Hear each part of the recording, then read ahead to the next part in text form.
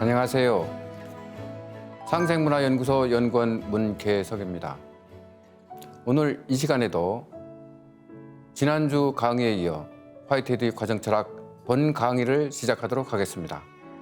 본 강의를 위하여 화이트헤드 철학의 전문가이신 문창옥 교수님을 이 자리에 모셨습니다. 교수님 안녕하세요. 네, 안녕하세요.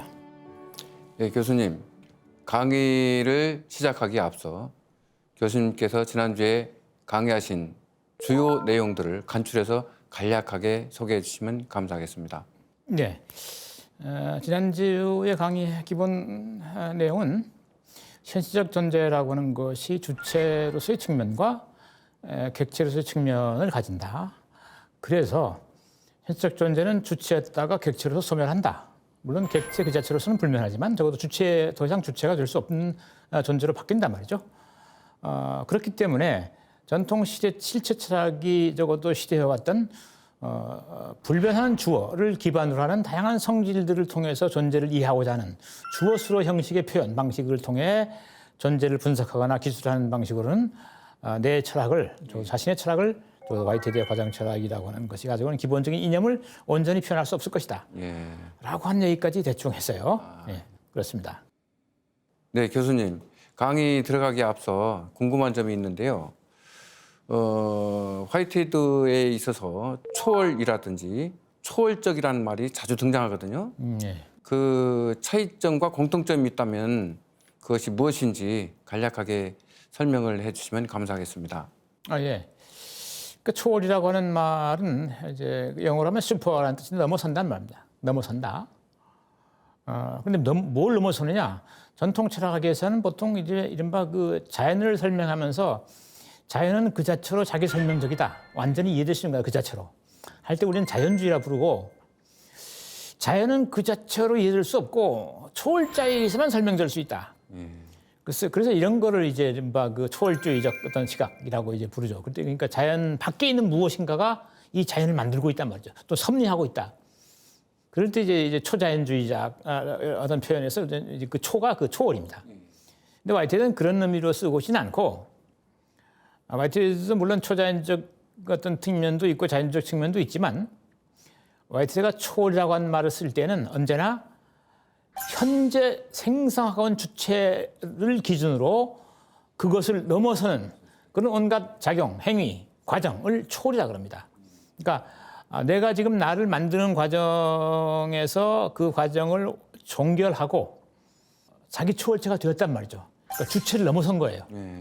그래서 자기 초월, 자기를 초월해서 어떤 존재가 되었단 말이죠. 그때 초월. 그것들 초월이라고 해요. 그래서 또 뭐 초월적 창조성 이런 말도 지난번에 잠깐 등장했지만 그때도 초월적이라는 것도 나 밖에 있는 어떤 것, 나를 넘어서는 어떤 것 그런 의미로 초월, 초월적이라는 말을 씁니다. 그러니까 자연 자체를 넘어서는 어떤 초자연적인 어떤 것을 추구하는 게 아니라 현재적 상황을 넘어서는 무엇, 현재 상황을 다시 말하면 현재의 활동성을 넘어서는 그 이상의 무엇을 가리킬 때 초월이라는 말을 씁니다. 그래서 내가 지금 주체로 나를 생성하고 오는 과정을 넘어선 내가 되면 자기를 초월한 놈이 되었다. 그래서 자기 초월체다. 뭐 이렇게 부르기도 하고 뭐 그런 유사한 의미로 쓰게 됩니다. 예, 감사합니다. 그럼 이번 시간의 강의 주제는 어떤 것들을 중심으로 강의하실 계신지요? 네, 지난 시간에 아마 얘기가 다 안 돼서 그 얘기를 미처 다 못했는데 전통 철학에서 실체라고 하는 것이 가지고 있는 그 어떤 여러 가지 장점과 단점이 있었는데 그것들이 화이트헤드의 현실적 존재를 중심으로 하는 철학에서 어떻게 수용되고 어떻게 이제 극복 내지는 비판되고 있는가 그 얘기를 마저 좀 더 해야 될 것 같습니다. 오늘. 예. 감사합니다. 그럼 교수님을 강단에 모시어 강의를 청해 듣도록 하겠습니다. 그럼 교수님 강의 부탁드립니다. 네.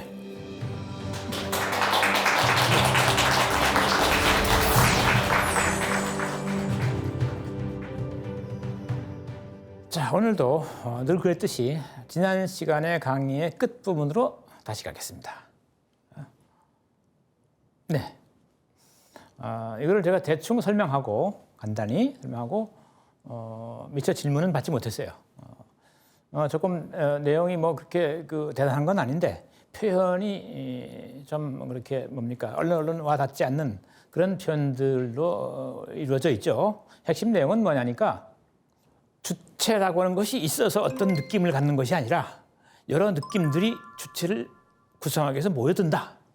그래서 주체라고 하는 것은 그 안에 있는 어떤 그 작용자가 아니라 하나의 목표로 작동하고 있다. 그런 점에서 주체라고 부를 뿐이다. 그러니까 작용하는 것은 느낌이다. 또는 느낌들이다. 그러니까 주체가 미리 있어서 외부에서 느낌들을 끌어모으고 있다라고 말해서는 오해를 낳을 수 있다. 뭐 이런 얘기가 이 9번째 문단 전반부의 기본적인 내용입니다. 자, 9번째 문단의 중반부입니다. 자, 그렇게 될 때 느낌은 그 자신의 목적인으로부터 잘못 추상된 것이 되어갈 것이다. 느낌은 그 목적을 자기 내부에 품고 있어요. 어떤 행동은 무엇을 하기 위한 행동이죠.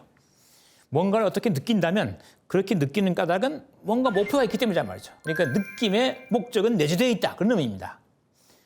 그런데 이거를 자꾸 밖으로 돌려서 마치 완결된 어떤 무언가가 있고 그걸 향해서 이놈이 끌려간다라고 하면 목적인이 뭐 느낌 밖에 있는 뭐가 돼버릴 것처럼 보인다 이런 얘기입니다. 그래서 잘못해서 추상된 것이 되어갈 것처럼 보이겠다 이런 얘기입니다.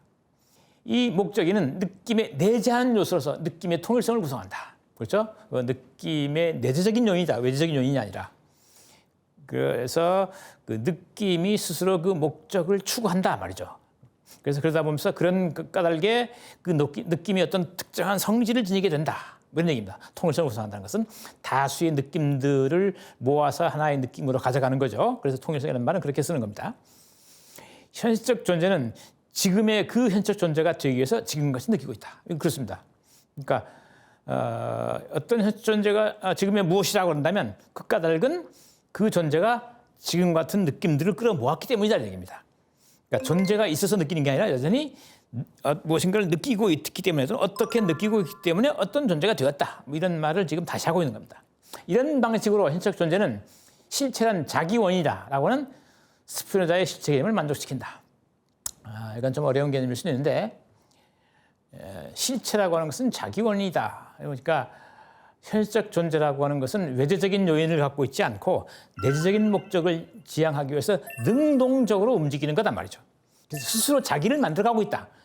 스스로 자기를 만든다. 이 말이 여기는 좀 생소한 표현을 하자면 자기 원이라는 표현입니다. 자기 원인.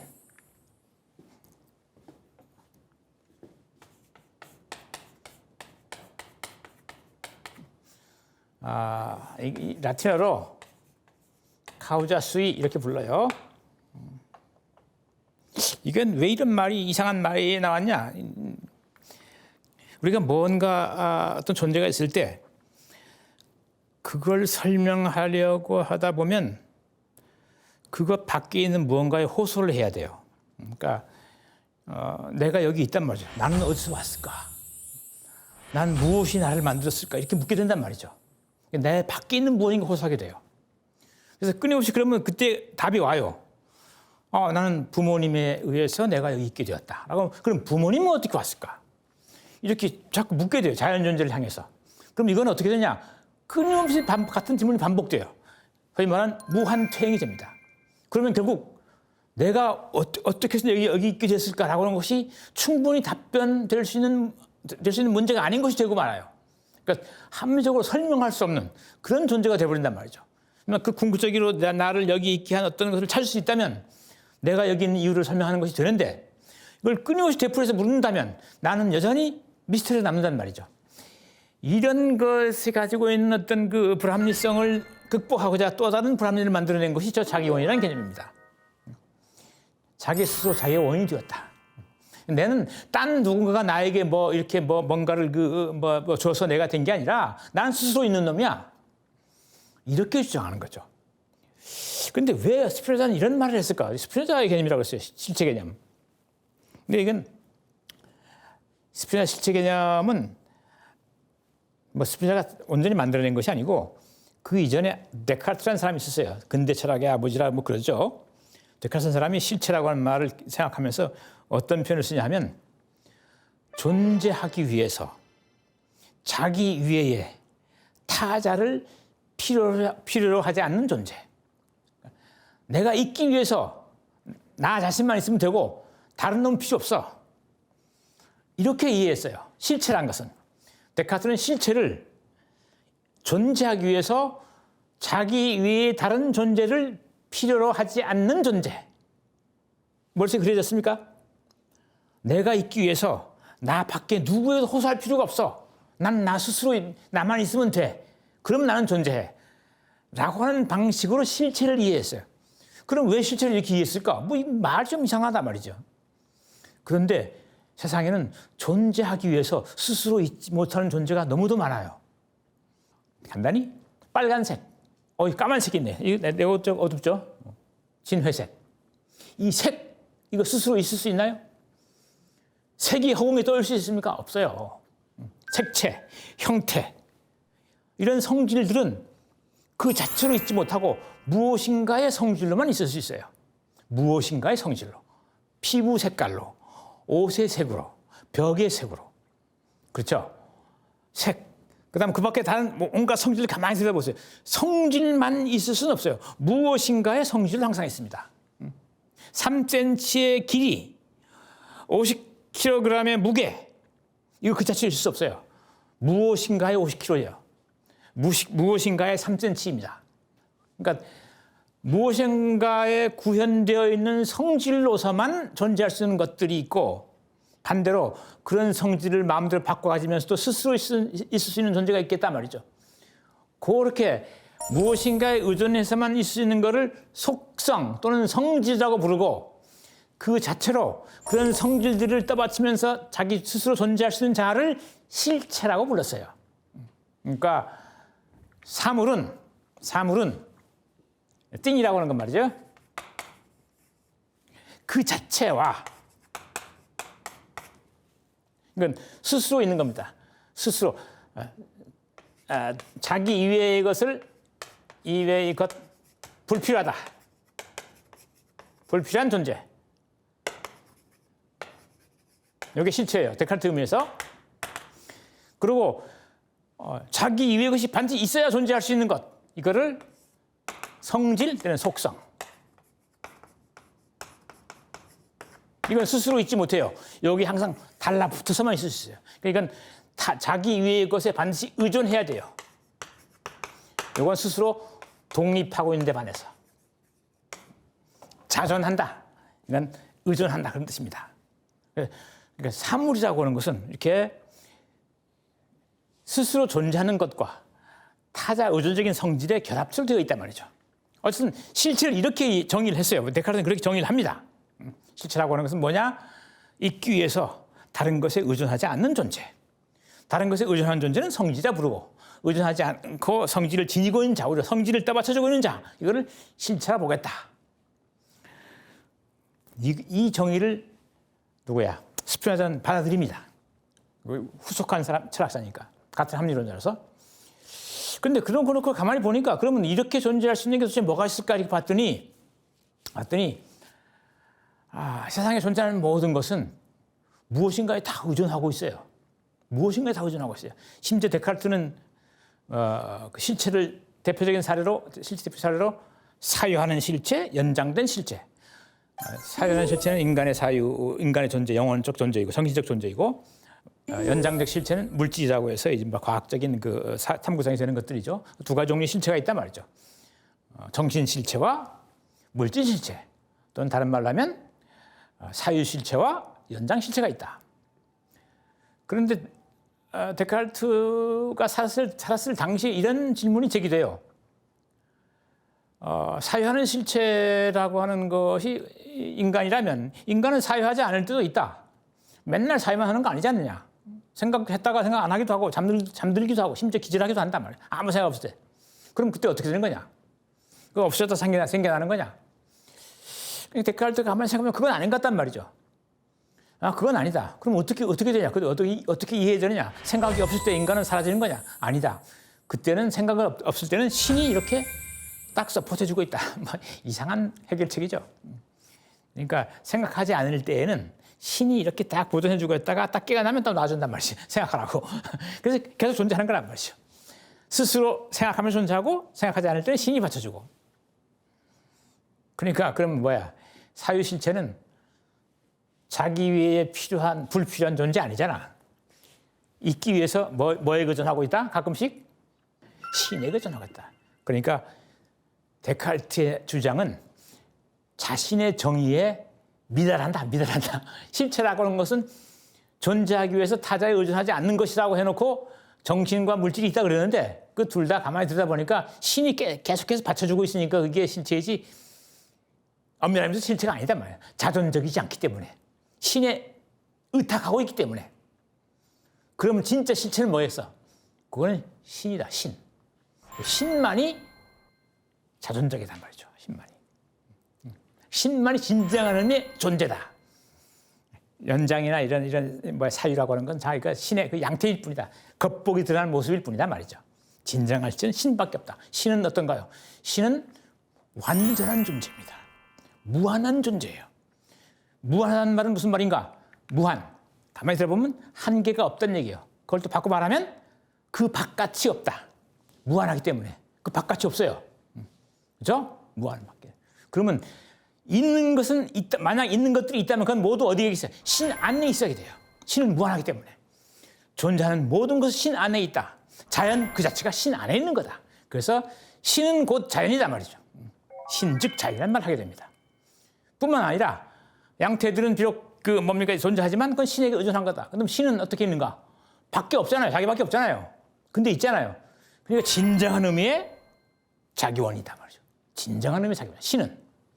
그래서 스피노자에게서는 실체는 신밖에 없어요. 나머지는 전부 신이 표현하는 다양한 어떤 그 겉 표현들에 불과하단 말이죠. 그래서 진정한 실체는 자기원자에서 신밖에 없다. 또 스피노자는 자기원이라는 개념을 철저하게 실체의 중심 개념으로 이해를 했어요. 그러니까 실체는 스피노자에게서 스스로 존재하는 자 이런 의미입니다. 스스로 존재하는 자. 그러니까 지금 그 얘기를 지금 빌어오고 있는 거예요. 현실적 존재는 자기 주체로서 끊임없이 자기를 만들어가는 가운데 존재한다. 그러니까 스스로 존재하고 있다. 이런 의미를 강조하기 위해서 쓴 거예요. 사실 현실적 존재는 엄밀하게 말하면 타자에 의존하죠. 객체에 의존하잖아. 소재로 받아들이잖아요. 그런 점에서 현실적 존재는 타자 의존적입니다. 독립적이지 않아요. 그러나 그럼에도 불구하고 스스로 자기를 결정할 수 있는 자율성이 있다. 그런 점에서 어느 정도 객체적 조건으로부터 독립해 있다. 독립할 수 있다. 라고 하는 의미에서 자기원이다라고 보고 있는 거예요.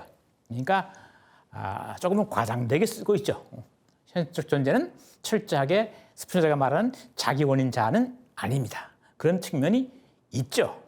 스스로 다양한 여건들을 변조하는 능력을 발휘한다는 점에서 그런 의미입니다. 네, 교수님. 실체하니까 언뜻 떠오르는 것이 어떻게 보면은 그 가장 중요한 의미로 사용하고 있는 그 우시아 아리스토텔레스의 개념이죠. 아리스토텔레스의 실체론하고 지금 스피노자가 말한 실체 개념에 차이점이 있나요? 아니면은 같은 개념인가요? 동일한 측면이 있고 다른 점이 있죠. 그러니까 같고 다른 거죠. 그러나 얼핏 보면 표현이 같으니까 뭐 같은 쪽의 의미가 많지 않겠냐 할 수 있지만 사실은 다른 측면이 더 많습니다. 이게 같은 측면은 뭐냐니까 아리스토텔레스에게서나 스피노자에게서나 참된 존재라는 의미입니다. 진정한 존재, 레스베라 또는 뭐 우시아. 그러니까 사이비 존재, 가짜 존재가 아니라 진짜 존재다라고 하는 아주 소박한 의미에서 같습니다. 그런 의미에서는. 스피노자에게 진짜 존재는 신밖에 없습니다. 진짜 존재는 신밖에 없어요. 아리스토텔레스에게서 진짜 존재는 하나하나의 구체적인 실체밖에 없어요. 실체밖에 없단 말이죠. 우시아라는 그거잖아요. 제1실체, 그죠? 프라이머리 sabstance. 근데 그 실체라는 표현을 쓰기 이전에 플라톤에게서는 진짜 존재는 뭐였어요? 이데아밖에 없었어요. 이 구체적인 건 이건 진짜 존재가 아니었어요. 그런 점에서 아리스토텔레스 얘기나 지금 스피노자 얘기는 플라톤의 기본 주장과 배치되죠. 달라요. 적어도. 그런데 아리스토텔레스나 스피노자나 진짜 존재를 구체적으로 존재하는 자연 속에 찾는다. 이 세계 속에서 찾는다는 점에서 같아요. 그런데 그 의미가 좀 다르죠. 그 사례가 다르고 내포와 외연이 좀 다르고 특히 외연이 달라요. 가리키는 바가 다르단 말이죠. 아까 그 뭡니까 그 아리스토텔레스는 여기 지금 등장하지 않지만 우리가 지난 시간에 잠깐 얘기했었나요? 아마 제가 여러분 그 도입부 강의에서도 몇 번 설명한 적이 있는데 아리스토텔레스의 실체는 그 자연 사물들을 보통 가리킵니다. 특히 그 중에서도 생물학적 존재들.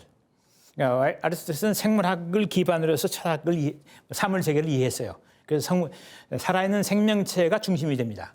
그래서 그거 하나하나를 실체라고 봤어요. 강아지, 새, 벌레, 뭐 벌나비 이거 하나 다 실체입니다. 물론 인간 실체이고 이런 것들을 실체로 봤고 뭐 이제 그것을 부수적으로 이제 뭐 돌멩이라든지 뭐 이런 것도 실체입니다. 뭐 나무 한 그루 그것도 실체일 수 있고 이런 개별적인 구체적 존재 하나하나를 자연 존재 하나하나를 다 실체라고 이해를 했어요. 그러니까 소박합니다. 물론 여기에는 좀 문제가 있을 수 있지만 어쨌든 그렇게 이해했던 데 반해서 스피노자는 아까 얘기했지만 자기가 만든 개념이 아니라 뭡니까? 데카르트가 진정한 존재를 찾아서 이렇게 회의의 방법을 쓴단 말이죠. 그래서 뭐 눈에 보이는 건 다 의심할 수 있는 거야 다 버리고 온갖 수학적 추리 대상이 되는 것도 이거 잘못될 수 있는 거니까 버리다 보니까 남는 게 뭐가 있는가? 그 버리고 있는 나, 의심하고 있는 나는 있는 것 같단 말이죠. 그래서 생각하는 나, 그래서 나는 있다. 뭐 이런 얘기 했었죠. 그런 방식으로 진짜 존재를 찾은 거예요. 진짜 존재를. 그래서 진짜 찾고 보니까 그 남는 게 생각하는 나로서의 실체와 거기서 명석하게 떠오르는 어떤 물질적인 연장, 기하학적 크기 이것만큼 내가 더 이상 의심할 수 없겠다 해서 남겨놓은 거예요. 진짜 존재로. 그러니까 그 진짜 존재들은 데카르트가 보기에 두 가지 종류의 진짜 존재가 있는데 나는 생각하기 위해서 내 신체에 의존하지 않는다 이렇게 봤어요. 이건 좀 오늘날 상식으로는 좀 이해가 납득할 수 없죠. 그러니까 정신 실체와 물질 실체는 상호 의존하지 않는다. 서로 독립해 있다. 서로 존재하기 위해서 타자에 의존하지 않는다. 그런 관계였던 거예요. 그래서 실체란 말의 의미는 뭘까? 스스로 있는 것이며 다른 것에 의존하지 않고 존재하는 자. 이걸 실체라 부르겠다라고 해서 정의를 해놨어요. 이 정의는 데카르트의 산물입니다. 그러니까 존재하기 위해서 타자에 의존하지 않는 자. 이 얘기를 그냥 빌어왔어요. 스피노자는. 그래서 타자에 의존하지 않고 스스로 존재하는 자? 그럼 자기 원인 자네. 라고 이렇게 이해를 한 겁니다. 그런 점에서 데카르트의 그 실체는 스피노자의 실체로 전이가 되었고 그것을 논리적으로 명석하게 다듬어 놓은 것이 스피노자의 자기 원인으로서의 실체 개념입니다. 그런데 그것이 가리키는 바를 들여다보면 아리스토텔레스에서는 자연 존재 하나하나가 실체에 반해서 스피노자는 온전한 의미의 자기 원인자인 것은 신밖에 없다. 신만이 실체다. 신만이 진짜 존재다. 이렇게 해서 입장이 확 갈리죠. 그래서 말은 같은데 그 지시하는 바는 전혀 판이하죠. 그렇죠? 자연 존재 하나하나를 가리키는 실체라는 말과 그 뿌리에 있는 무한하고 완전한 존재로서 신, 그것만 실체라는 점에서 가리키는 바는 저는 다릅니다. 서양 철학은 이렇게 표현은 같아도 상이한 문맥에서 상이한 철학자에게서 상이한 것을 의미하기 때문에 우리 초심자들이 이해하기 어렵게 되는 경우가 왕왕 있죠. 언어적 어떤 자의성이라 그럴까? 철학자들이 자기 멋대로 표현을 막 바꿔 쓰기 때문에 말이죠. 그런 어려움이 좀 있습니다. 예. 이런 면도 있는데 그 스피노자가 신을 자연이라고 했을 때, 신즉 자연이라고 했을 때 그 자연에 있어서 어떻게 그 신의 요소를 얘기한다면은 나투란스하고 나투라타 두 가지로 구분하는데 어떻게 보면 나투란스라고 생각을 해볼 적에 그 개념은 결국은 아리스토텔레스의 그 우시아하고 같은 의미로 이해해 볼 수도 있지 않을까 하는 생각도 드는데요. 그건 내포적으로 개념의 의미, 언어 내적 의미에서는 그렇게 볼 수 있어요. 스스로 작용하면서 뭔가 행하는 자로서의 실체, 뭔가 행위하는 자로서의 실체, 신도 뭔가를 행한단 말이죠. 살아있는 동물들도 생명체들도 뭔가를 행하고 있고 그런 내포적인 의미에서는 유사할 수 있어요. 그러나 그 실제로 가리키는 그 예시되는 그 항목을 보면 전혀 다른 걸 가리키고 있죠. 하나는 신만을 가리키고 있고 다른 거는 다양한 살아있는 생명체들을 가리키고 있고 1차적으로. 그런 점에서 가리키는 바에서 다릅니다. 모든 개념은 내포와 외연이 있죠. 내포. 그러니까 그냥 내포 외연. 이거는 뭐 철학하지 않은 사람들도 뭐 이런 의미는 이제 좀 갖고 있으면 도움이 되죠. 개념에는 내포적 의미와 내포로서의 의미와 외연으로서의 의미가 있어요. 내포 이런 것은 언어적인 의미죠. 언어적인 뜻, 언어의 뜻. 이건 그 언어가 가리키는 대상. 그러니까 연필 뜻으로 말해 뜻이 뭐예요? 연필. 언어적인 뜻은 연필. 필기도구죠. 필기도구인데 다른 도구와 좀 구별되는 차이점이 있죠. 나무와 흙으로 만든 필기도구 중에 하나. 이런 거를 연필이라고 그러죠. 이건 언어의 뜻입니다. 연필이란 말의 뜻. 그런데 실제로 그럼 그 가리키는 바는 뭐겠어요? 그 대상이죠. 실제 책상에서 우리 아이가 그림을 그리고 있는 연필. 그게 대상입니다. 그 개념의 의미입니다. 연필의 의미입니다. 그때 의미는 대상으로서는 외연의 의미라 그러고 외연으로서의 의미라 그러고 말의 뜻은 국어 사전에 나온 거 있죠. 그게 전부 내포입니다. 내포. 그래서 그걸 해놓고 예를 들어 할 때 그때는 외연입니다. 그래서 개념에는 내포와 외연이 있다. 그래서 실체란 말에도 내포와 외연이 있을 수 있어요. 내포에서는 행동하는 자, 행동하는 주체. 외연에서는 신 또는 살아있는 다양한 동식물들.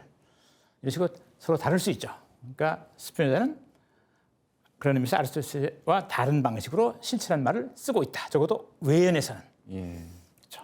예, 교수님, 지금 그 세 사람의 실체가 나오거든요. 그 아리스토텔레스, 스피노자, 그리고 화이트헤드의 실체가 나오는데 그 차이점과 같은 점이 어떤 게 있나요? 아주 좋은 질문입니다. 뭐 초심자들이 흔히 이제 그 혼란을 느낄 수 있으니까 정리해주면 도움이 되겠죠. 자, 실체라고는 말이 이 세 사람에게 똑같이 쓰고 있다면 어떤 의미일까? 그거는 진짜 존재 이런 의미입니다. 우리가 진짜 있다라고 말할 수 있는 존재. 특히 자율성을 가지고 뭔가를 행위하는 가운데 스스로 자기 원인적 특성을 가지면서 부분적으로 존재하는 어떤 그런 자, 존재자 이거를 실체라 부른다. 그런 같습니다. 그러니까 얼마간의 독립성을 가지고 특정한 목적을 향해서 끊임없이 활동하고 있는 존재라고 한다면 스피노자, 물론 스피노자는 목적이라는 말을 쓰면 안 됩니다. 어쨌든 그 신도 그 활동하는 자라고 하는 것은 같아요. 그러나 스피노자, 아리스토텔레스, 화이트헤드에서 실체라고 하는 말을 공히 적용한다면 그때 같은 의미가 뭐겠는가? 즉 내포적 의미에서 동일성이 뭐겠는가라고 하면 하나같이 활동성을 가지고 있는 자율적인 주체의 측면을 가지고 있다. 여기까지는 같습니다. 근데 그럼 차이는 뭐냐? 이렇게 물어볼 수 있겠죠. 그러면 누굽니까? 아리스토텔레스에게서는 자연 존재로서 일정한 시간의 어떤 그 흐름 동안 자기 동일성을 유지하는 그런 개체들입니다.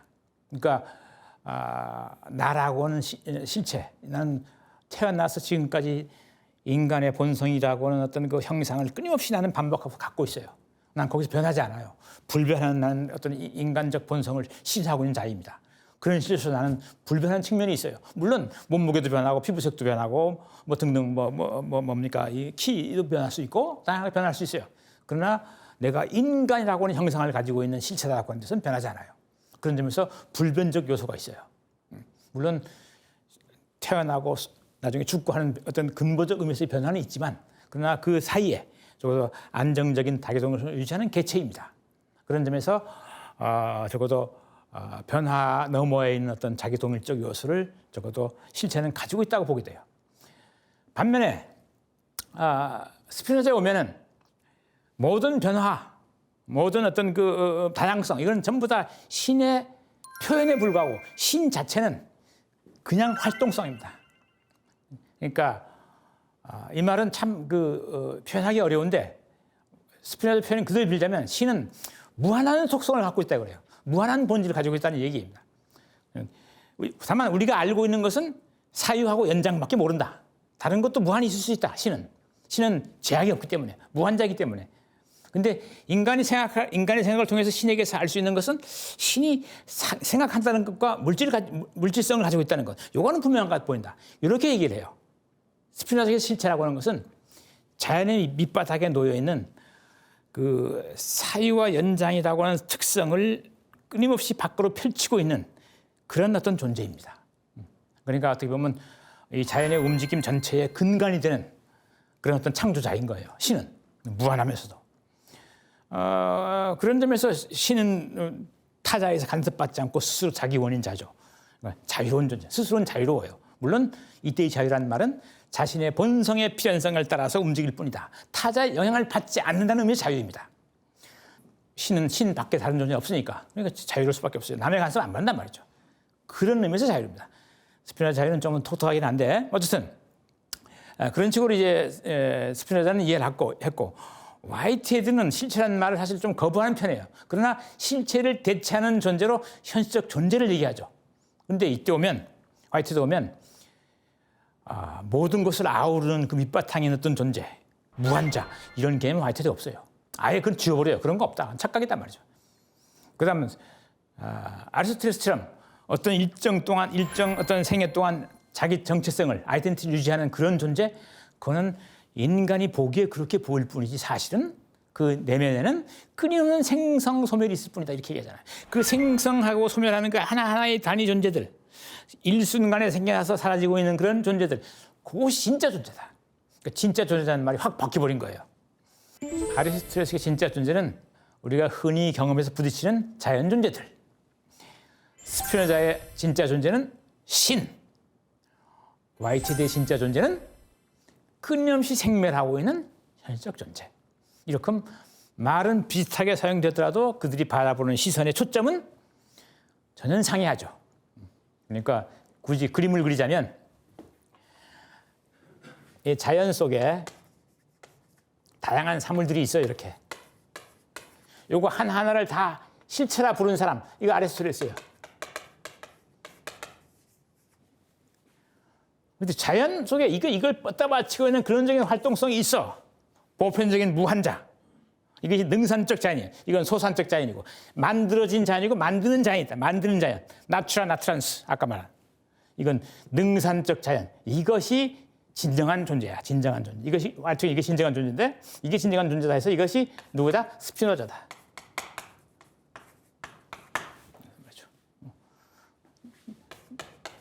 능산적.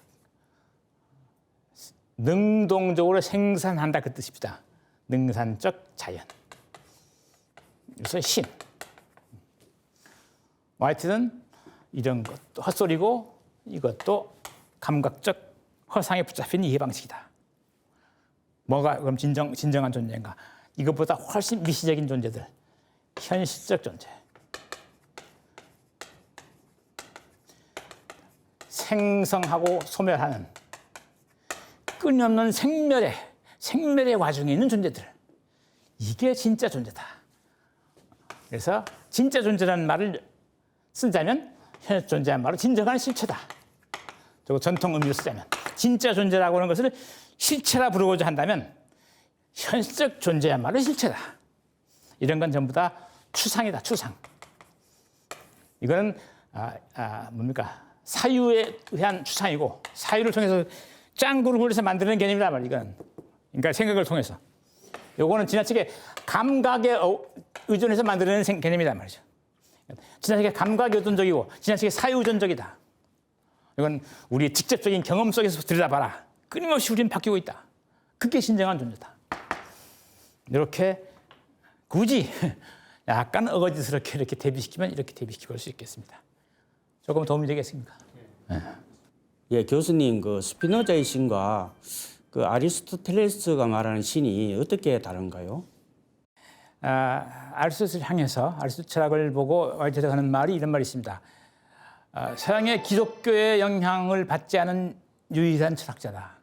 그래서 저 존재론자로서 우주론자로서 이걸 좀 심한 편이라고 하는 사람도 있는데 아리스토텔레스는 기독교 이전의 철학자예요. 지난 시간에 잠깐 얘기했지만 약 BC 4세기형의 사람이거든요. 그러니까 기독교 철학이 유럽을 뒤덮은 거는 AD 3, 4세기 되었거든요. 기독교가 공인된 이후에 한 4세기경이죠. 그러니까 훨씬 후의 얘기입니다. 그러니까 아리스토텔레스는 기독교를 몰랐어요. 그러니까 적어도 서양 전통에서 말하는 흔히 신이라는 건 몰랐어요. 그런데 그거에 필적하는 개념을 썼어요. 그게 이제 뭐냐니까 이 세상이 이렇게 끊임없이 변하는 이유가 뭘까? 이렇게 스스로 물어본 거예요. 아리스토텔레스가. 왜 이렇게 변하지? 그 변하는 거는 어떤 놈이 변한다면 그 옆에 있는 놈이 쳤기 때문이야. 그러니까 내가 이렇게 서 있는데 누가 와서 나를 건드렸어요. 그러니까 내가 움직인 거야. 이런 식으로 일단 이해를 해봤어요. 자연 존재가 그런 것 같거든요. 바람이 강하게 불면 우리는 바람에 밀리잖아요. 날아다니기도 하고, 그렇죠? 물결에서 치면 또 물결에 휩쓸리기도 하고. 그러니까 변화라고 하는 것은 작용하는 어떤 놈이 있어서 힘을 쓰는 놈이 있어서 그 힘에 휩쓸리는 거야. 그게 변화야. 라고 했는데 그래? 그러면 작용을 끊임없이 이렇게 추적하다 보면 맨 처음에 작용한 놈이 있어야 될 거 아니야. 그렇죠? 물결이 왜 움직였어 그러면? 또 그 움직이는 뭔가를 찾아야겠죠. 또 그놈은 왜 움직였어? 바람이 움직였나? 바람은 왜 움직였어? 바람을 움직이는 놈은 또 뭐야? 이 끊임없이 무한탱이라고, 무한탱. 그러니까 끊임없이 뒤로 추적해서 설명해야 되는. 그러니까 이게 설명이 안 돼요, 결국은. 그러니까 그런 설명 방식은 이거 문제가 있다 말이죠. 그럼 인간을 한번 잘 봐라. 그렇게 설명할 수 있겠는가? 제가 지난 시간에도 잠깐 예를 들었었죠. 여러분 여기 온 이유가 뭐냐? 작용인가? 누군가 나를 떠밀어서 왔는가? 아닌 것 같은데. 그럼 왜 왔어? 어떤 목적이 있어서 왔어. 목적의식. 꿈이 있어서 왔어. 말이죠. 그래서 아리스토텔레스가 존재 변화를 설명하기 위해서 작용하는 힘만 갖고는 안 되고 그 존재가 스스로 찾아 움직이는 그런 어떤 목적이 있어야 되겠어. 자연 속에는. 라고 해서 목적이라는 개념을 쓴 겁니다. 그 존재를 설명하고자 할 때, 적어도 운동 변화를 설명할 때 작용만 갖고는 불완전하다. 목적이라는 게 있어야겠다. 그래서 작용인은 외재적인 요인이고 목적인은 내재적인 요인입니다. 우리가 지난 시간에 잠깐 했었죠. 내가 스스로 찾아서 움직이는 거란 말이죠. 그때 그 목적, 이 자연 전체의 궁극적인 목적이 되는 것, 그게 바로 신입니다. 요즘 영어로 하자면. 부동의 동자라고 그래요. 이건 말이 좀 이상하죠. 부동의 동자. 부동의 동자.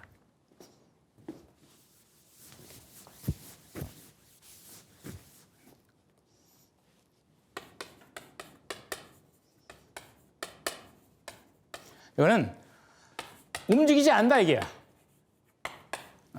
부동한다. 그러면서 다른 놈을 움직인다 이 얘기예요. 자기는 안 움직이면서 딴 놈을 움직이는 그런 존재란 말이죠. 그래서 무슨 제1운동자 이렇게 부르기도 해요. 프라임 무버라고. 운동을 일으키는 최초의 존재. 그럼 자기가 안 움직여서 어떻게 딴 놈을 움직이냐? 내가 저놈을 움직이려면 내가 먼저 움직이잖아요.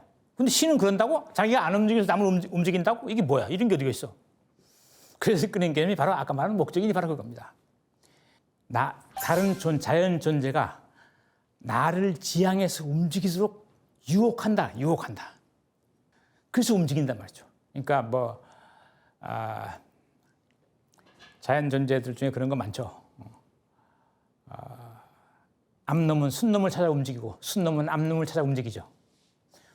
암놈이 옆에 있지 않은데 암놈을 찾아 움직여요. 순놈은 반대로 그렇고, 그렇죠? 그게 바로 목적인의 그런 게 목적인의 개념입니다. 도토리가 땅에 떨어져가지고 쫙 자란단 말이죠. 뭐가 막 작용해서 그렇게 자라는 건가? 그런 것 같지 않단 말이죠. 뭔가 도토리 나무는 나름의 프로그램이 있어가지고 뭔가 자라는 것처럼 보인단 말이에요. 도토리가 자라서 싹을 틔우고 나무 열매 이렇게 잎새기를 틔우고 하는 거는 나름대로 그 도토리 속에는 내재된 어떤 목적이 있는 것처럼 보인다. 설계된 어떤 설계도가 있는 것처럼 보인단 말이죠. 그게 바로 목적이란 말이죠. 근데 이 자연 전체가 이렇게 조화롭게 자꾸 움직이는 까다니 자연 전체에 내재된 어떤 목적이 있는 것처럼 보인다. 그게 뭔가 완전한 존재 신, 부동의 동자. 그것이 목적이 돼서 그걸 흠모해서 움직이는 거다. 이렇게 이해를 해요. 그래서 아리스토텔레스는 이 부동의 동자가 후일 중세의 기독교 철학의 교과서가 됩니다. 아리스토텔레스의 철학이. 그 이유가 이런 개념 때문이에요. 스스로 움직이지 않으면 세상을 관장하는 자. 완전한 존재는 움직이지 않아요. 완결이기 때문에. 무한한 존재 움직일 수 없어요. 그러면서 다른 걸 움직인다. 이건 목적인수 움직이고 있다. 목적인으로서 이 세상을 움직이고 있다. 스스로 목적인 그놈들하고 나를 추종하게 만듦으로써 움직이게 된 거란 말이죠. 나는 손 하나 간단하지 않지만 자연은 나를 향해서 움직이고 있다. 그래서 변화가 일어나는 거다. 뭐 이런 식으로 이해했던 게 아리스토텔레스의 신개념입니다. 그러니까 자연 전체의 조화로운 변화, 생성 변화, 움직임 전체를 일목요연하게 최종적으로 해결할 수 있는 방법은 이 표현이 좀 이상하지만 부동의 동자다. 부동의 동자는 작용인이 아니라 목적인이다. 그래서 이런 식의 세계관을 목적론적 세계관 이렇게 부릅니다. 중세까지 지배했어요. 그래서 근대 오면서 기계가 등장하면서 자연을 이해한 모델이 기계가 되면서 목적론적 세계관이 지워집니다. 배척당합니다. 그래서 작용인, 뭔가 힘을 가하는 놈에 의해서 변화가 일어나고 있다고 하는 방식으로 세계관이 확 바뀝니다. 이거를 기계론적 세계관 이렇게 부릅니다. 그래서 고전적인 세계관의 이해 방식과 세계 이해 방식과 근대 이후의 세계 이해 방식이 확 달라져요. 그런데 화이트헤드는 양자를 다 인정합니다. 목적론적 측면도 있고 기계론적 측면도 있다. 세계는 그 두 가지를 다 가지고 있어야 존재를 충분히 적절하게 이해할 수 있을 것 같다라고 하는 것이 화이트헤드의 생각이었던 것 같습니다. 자, 현실적 존재는 데카르트적 의미의 진정한 사물이다. 진정한 존재다 그 뜻입니다. 데카르트가 진짜 존재가 뭐냐 해서 실체라 그러죠. 그때 그것에 해당하는 게 내가 말한 현실 존재다 말이죠. 그것은 데카르트가 말한 실체와 같은 의미지만 아리스토텔레스의 제1실체는 아니다. 이거 참 어려운. 저는 이 구절을 보면서 지금도 그렇지만 이게 화이트헤드가 정확히 쓴 건가라고 하는 걸 의심하고 있어요. 왜냐하면 데카르트 실체와 아리스토텔레스 실체가 다르긴 하지만 지금 저 진정한 사물이라는 의미에서는 같거든요. 아리스토텔레스도 제1 실체를 진정한 사물이라고 봤고 데카르트 실체를 진정한 사물이라고 봤어요. 그런 점에서 같아요, 사실은. 이거 대비시켜서 하나는 맞고 하나는 틀리다 이렇게 말할 수 없는 거거든요. 그런데 이렇게 대비시켜 놨어요. 이건 얼핏 보면 이건 조금 이 철학사적 뭐 개념 이해를 선행시키고 있는 사람에게는 이해가 잘 안 되는 거예요. 그래서 이걸 좀 더 소박하게 이해하면 이렇게 구별할 수는 있어요. 데카르트의 실체다. 이건 뭡니까? 다른 모든 성질들의 담지자다. 이런 정도 의미로 이해할 수 있어요. 다시 말하면 우리가 꿈도 꾸고 의심도 하고 뭐 기대도 하고 후회도 하고 그러죠. 이 모두가 사유실체의 표현들입니다. 그러니까 생각과 관련된 온갖 현상들은 전부 사유가 그 밑바탕에 있어요. 사유라고 하는 실체가 밑바탕에 있단 말이죠. 그런 점에서 다른 모든 특성들의 어떤 그 중심입니다. 그런 점에서 현실적 존재가 이 생성하는 세계의 근원 속에 있는 하나의 진정한 존재이듯이 말이죠. 그래서 모든 변화, 복합적인 어떤 현상들의 그 생성이 현실적 존재의 생성에 근본적으로 뿌리박고 있다는 점에서 생성 변화의 핵심에 현실적 존재가 있다. 모든 성질들의 어떤 이합집산의 배후에 실체가 있다. 뭐 이런 정도로 엮으면 뭐 유사해요. 그러면 그와 구별되는 아리스토텔레스의 제1실체는 어떻게 이해해야 될 거냐? 아까도 얘기했지만 제1실체는 우시아라 그래가지고 아주 구체적인 자연사물 하나하나를 의미합니다. 그런데 그런 점에서라면 현실적 존재는 자연사물, 눈에 보이는 자연사물이 아니에요. 데카르트 실체는 뭐 생각을 통해서 구축되는 그런 어떤 사유, 어떤 연장일 뿐이지 자연사물이 아니에요, 역시. 그러니까 현실적 존재나 데카르트 실체는 자연사물과는 거리가 있다. 감각적으로 확인할 수 있는 그런 존재들이 아니다. 라는 점에서 뭐 유사해요. 그러나 자연사물, 감각적인 경험을 통해서 확인할 수 있는 하나하나의 개체라고 볼 수는 없다. 데카르트 실체나 화이트헤드의 현실적 존재나. 뭐 이렇게 이건 좀 어거지 구별입니다. 굳이 구별하기 위해서 끌어들인 거예요. 그렇게 이해하세요. 저는 이 구절만 하면 아직도 좀 당혹스러워요. 왜 화이트가 이렇게 썼을까? 그래서 억지로 그걸 좀 구별해서 이해하자면 그렇게 이해해 볼 수는 있겠다. 이런 얘기입니다.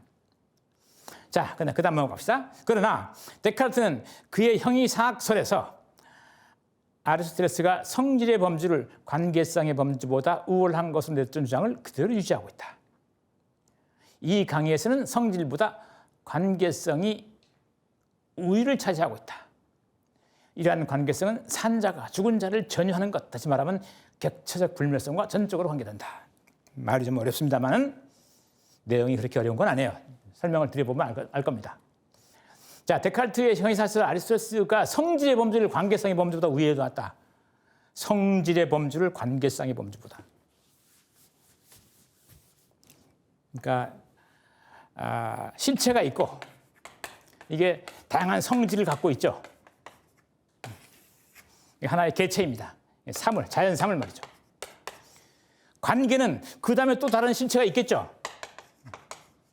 물론 이건 나름의 또 성질을 갖고 있어요. 이건 실체 1, 실체 2 그러면 관계라고 하는 것은 이렇게 갖고 난 다음에 그 다음에 오는 거예요. 내가 있고 여러분 누군가가 있고 그러고 나서 여러분 나와는 어떤 관계를 만나는 겁니다. 관계에 앞서서 실체, 성질을 갖고 있는 실체가 먼저 있어요.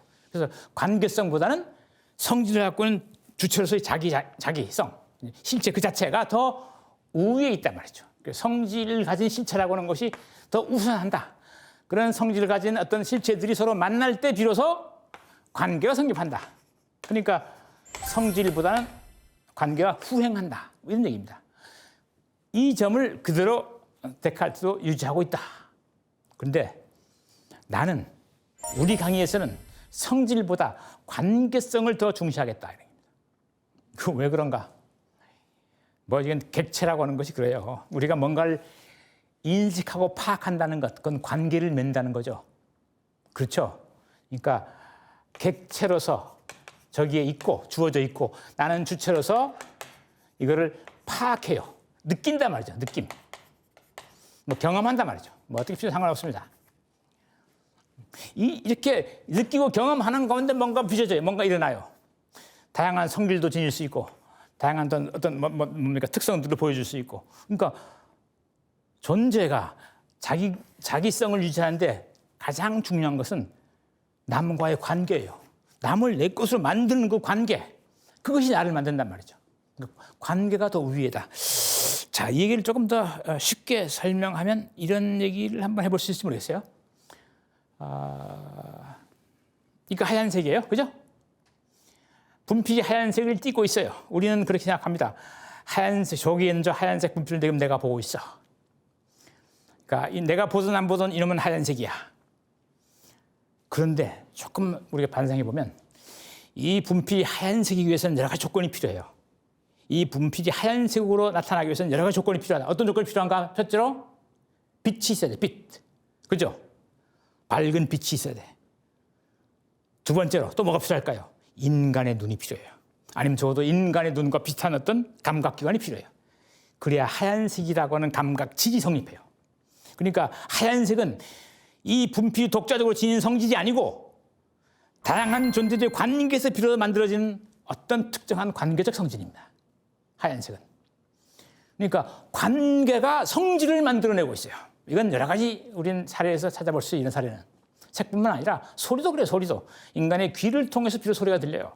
인간의 귀가 없고 이런 고등유기체, 귀를 가지고 있는, 그래서 귀를 통해서 정보를 습득하는 그런 고등동물이 이 세계에 사라진다면 소리라고 하는 음질은 사라집니다. 감각질은 사라질 거예요.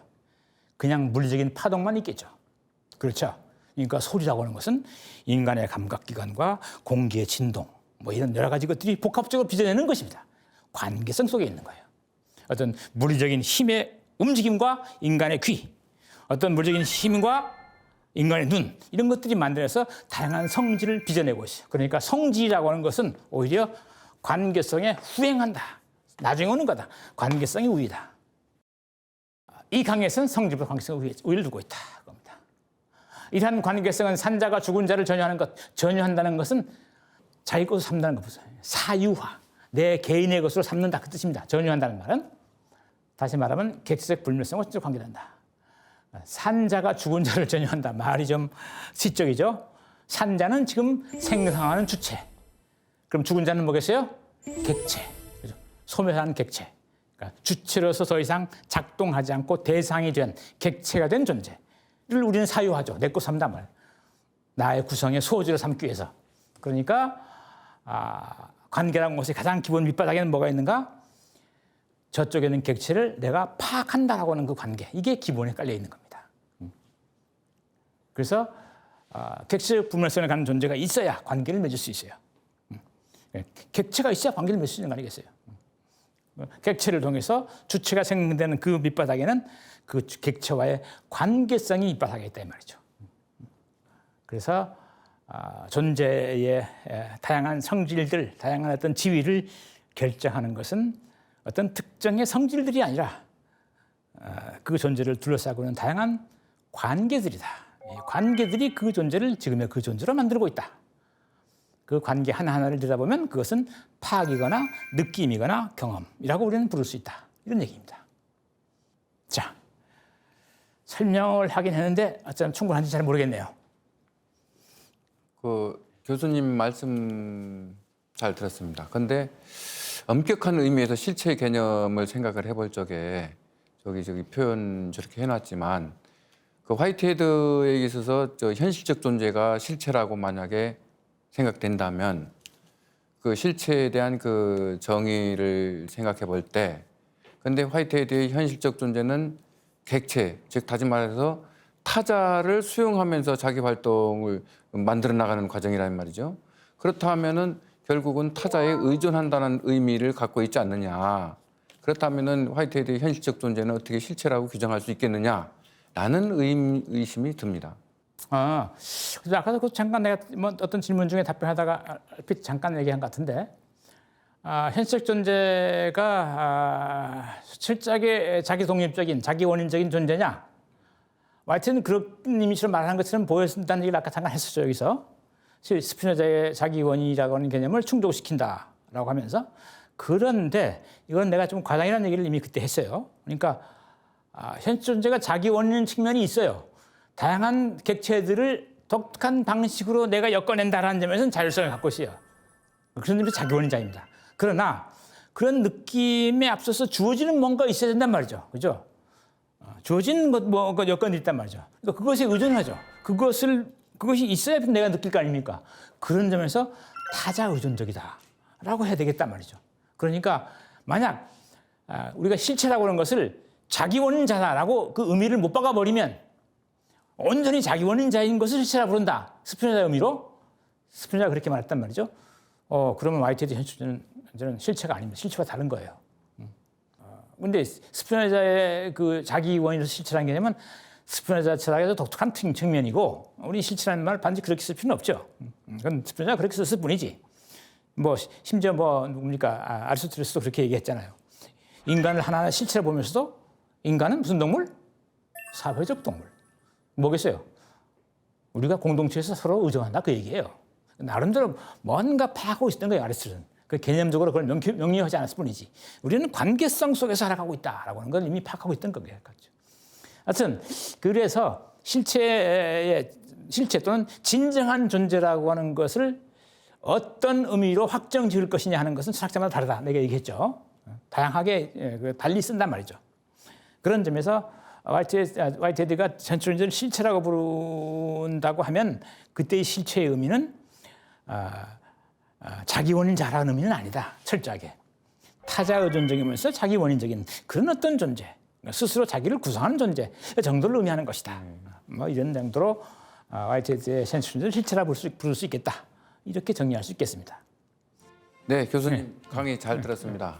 그럼 교수님 다음 강의는 주로 중심 내용들이 어떤 것인지 간략하게 소개 좀 해주시죠. 예, 다음 주 강의는 이 얘기. 하지만 현실존재라는 것이 자기 초월체에서 갖는 어떤 지위에 대한 마무리 작업으로서의 문단 한 2개 정도를 더 볼 것이고, 그러고 나서 1장의 마지막 절, 제4절 존재론적 원리라고 타이틀이 붙어 있습니다. 그 내용을 볼 것인데 이거는 철학을 하고 있는 연구하는 사람들에게는 상당히 중요한 내용일 수 있는데 일반적인 독자에게는 뭐 그닥 그렇게 중요하다고 볼 수 없고 또 상당히 그 기술적인 문제이기 때문에 저는 그 취지만을 적어도 존재적 원리라는 게 도대체 뭘 말하는 걸까라고 하는 그 대강의 취지만을 소개하기 위해서 한 문단 한 3개만 간추려서 여러분들에게 읽어드리겠습니다. 그 작업을 다음 시간에 아마 하게 될 것 같습니다. 네, 교수님 감사합니다. 그럼 교수님 다음 강의를 기대하면서 이번 시간 강의를 이것으로 마치도록 하겠습니다. 교수님 감사합니다. 네.